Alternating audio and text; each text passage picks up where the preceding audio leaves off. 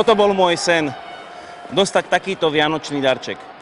Nie, nemám nové korčule, ale som naskočil na ľad, ktorý znamená svet.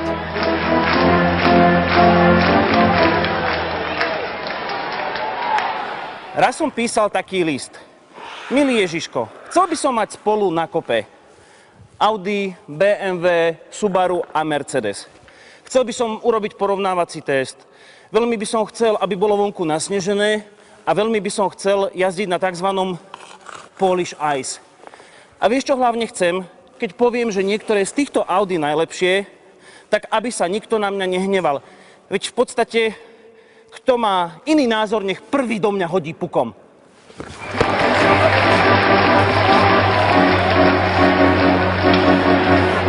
No a ktože sa postavil do dnešného porovnávacieho testu? Ak hovoríme o pohone všetkých 4 kolies, musíme hovoriť o Audi.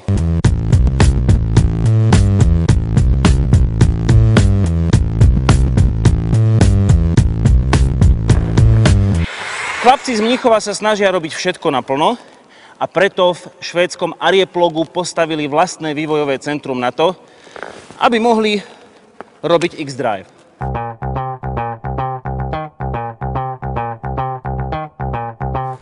Nech si hovorí, kto chce, čo chce, ale kým budem ja na breznianskom ľade, budem tvrdiť, že prvenstvo v štvorkolkách má Subaru isté a nikto ho z ľadu nevyštve.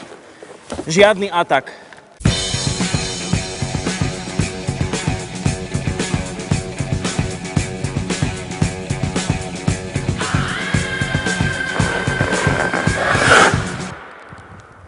Sorry. Je tu aj Mercedes. Takže štartujeme breznianske play-off. Prvá disciplína, trakcia.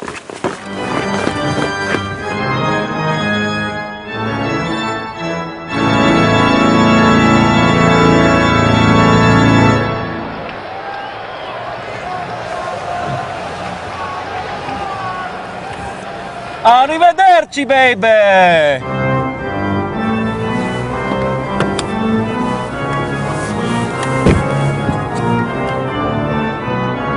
Čo Rachoce, kto Rachoce? Mercedes, hej?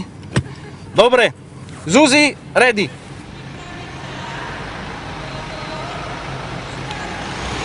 Skôr odštartoval.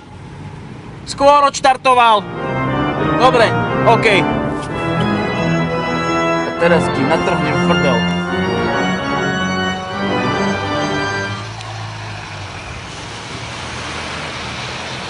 Arrivederci.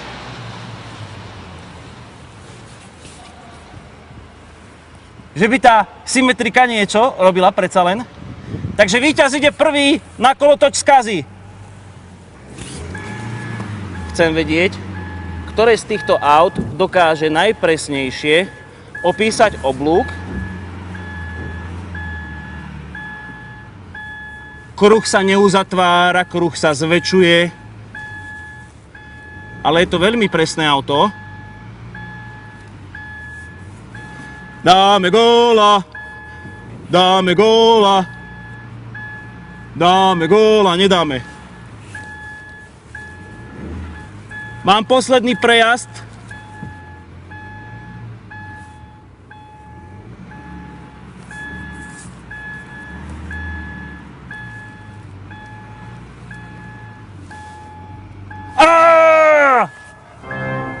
Dva góly sme dali. Štart.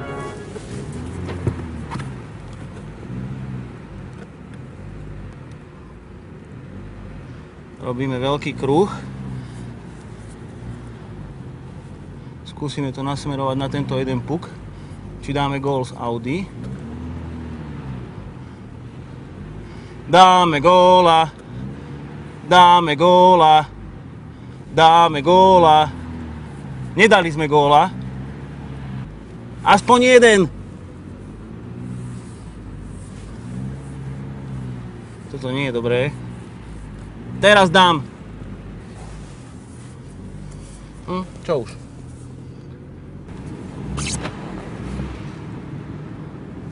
A to zatáča, no.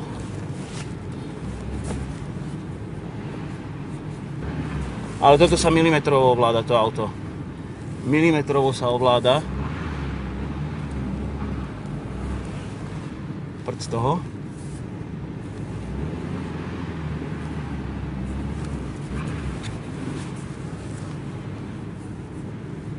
Nedal som, kurňa. Dal som 2!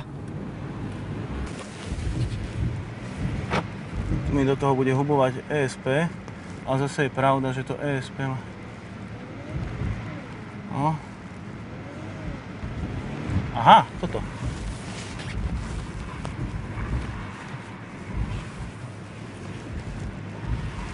Elektronika je môj kamarát. A dáme puk, nedáme gól. Skúšam, koľko sa dá. Elektronika za mňa maká, ale ten kruh nie je nemenší spraviť.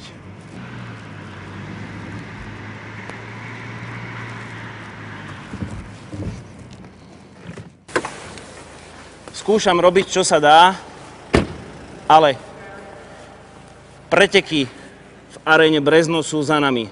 A ja si myslím, že môžem povedať, že majú aj svojho víťaza. Subaru.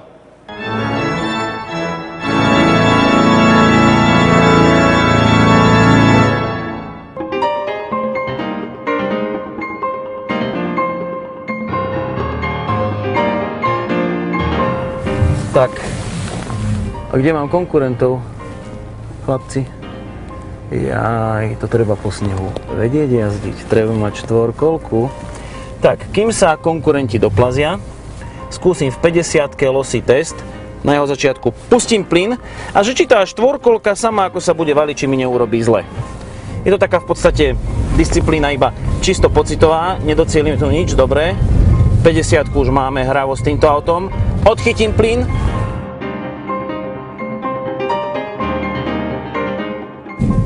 A trošku sme nestihli zabočiť. A to bola iba 50-ka. Mám taký pocit, že Firmatic bol spočiatku tým, ako som odchytil plyn, taký nedotáčavý. Neurobil to, čo som čakal, že by tá predná náprava nejak pribrzdila a auto by sa nejakým spôsobom zvrtlo. No uvidíme, ako budú na tom konkurenti, len nikoho nikde. Že by sa báli snehu. Tak ideme na vec. Dobre, 50. Hop, uvoľnené. A zatočilo. Krásne. Túto stopu mi to opísal úplne neskutočne. BMW bolo veľmi pokojné a hlavne nebolo nedotáčavé, ale som prekvapený, že ani nejak prehnane pretáčavé. A to som mal vypnutú akúkoľvek asistenciu.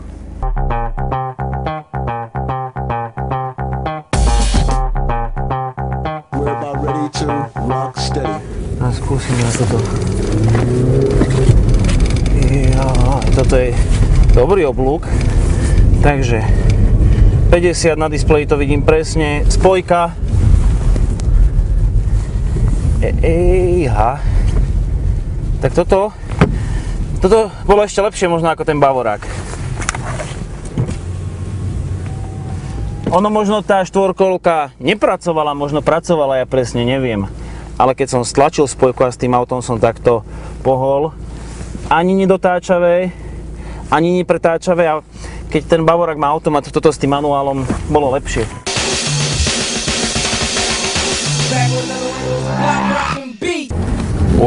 Toto sa hrabe.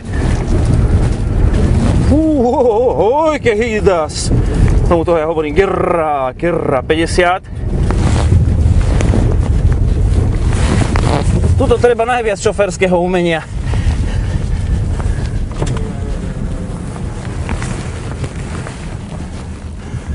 Subaru je úžasné, to je drávosť hneď od prvého momentu.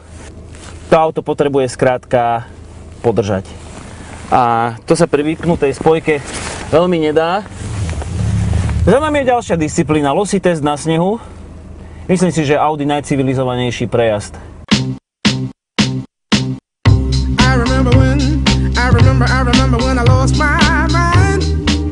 Dobre, čiže cesta je uzatvorená. Áno, 3, 2, 1, štart.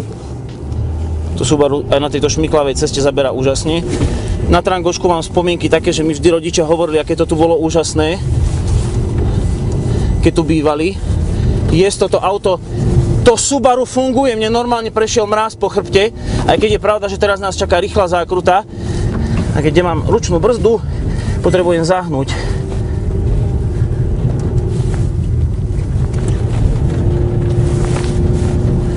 Dobre, a teraz už len full gas, až na srdiečko. Toto je rýchlosť vážna. Mišo, už to ubrzdí, už to musím brzdiť do keľu.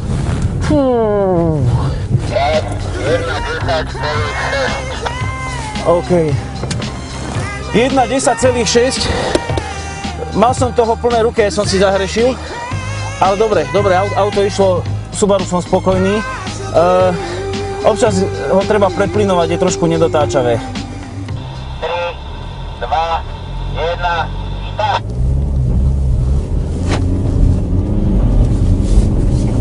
No, to sa krúti hneď, ale no hoď tam nejaký kvaut.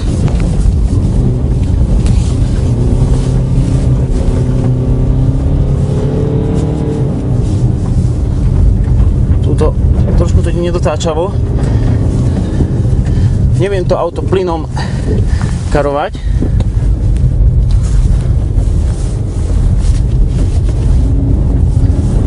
S tou prevodovkou je to na prd.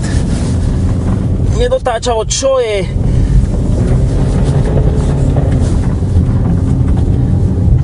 No toto som prehral na prevodovke, toto je zlé. Toto je zlé.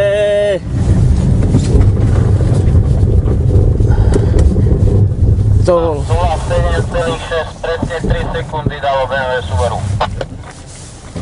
Čo si povedal, že som dal Subaru? Tak toto nechápem. Trápil som... 0,7,6, presne 3 sekundy. Ja som sa trápil s automatickou prevodovkou a to auto vyšlo hore rýchlejšie. Ja som už hádzal flintu do žita v polovici. Fú, tak ako ináč ten výjazd tuto na tú rovinu to šlapalo. Super.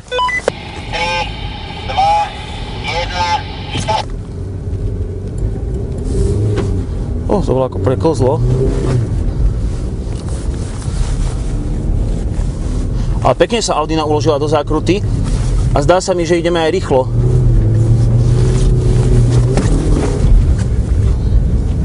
Dobre, teraz ideme túto rýchlu zákrutu bez ubrania plynu. Pekne to vykrúžilo. Toto quattro vidieť, že miluje zadok a teraz ho... No a nahoď ho, konečne, dobre. Trošku ten zadok mi tu ulietáva. A teraz ideme, tu som mal problémy s bavorákom, ale to Audi to fičí hore, kúrnik, to bol záber, ale asi to nezabrzdím už pred kamerou. Tento mal 1,12,6, čiže dostal 2 od Subaru a 5 od BMW. Ale nerozumiem, že prečo som v tej zákrute dole, že či som toľko stratil. Išlo to pekne bokom. Práve že pocit som z toho nemal zlý, len neviem zatočiť. Ešte sú situácie, kedy neviem zatočiť.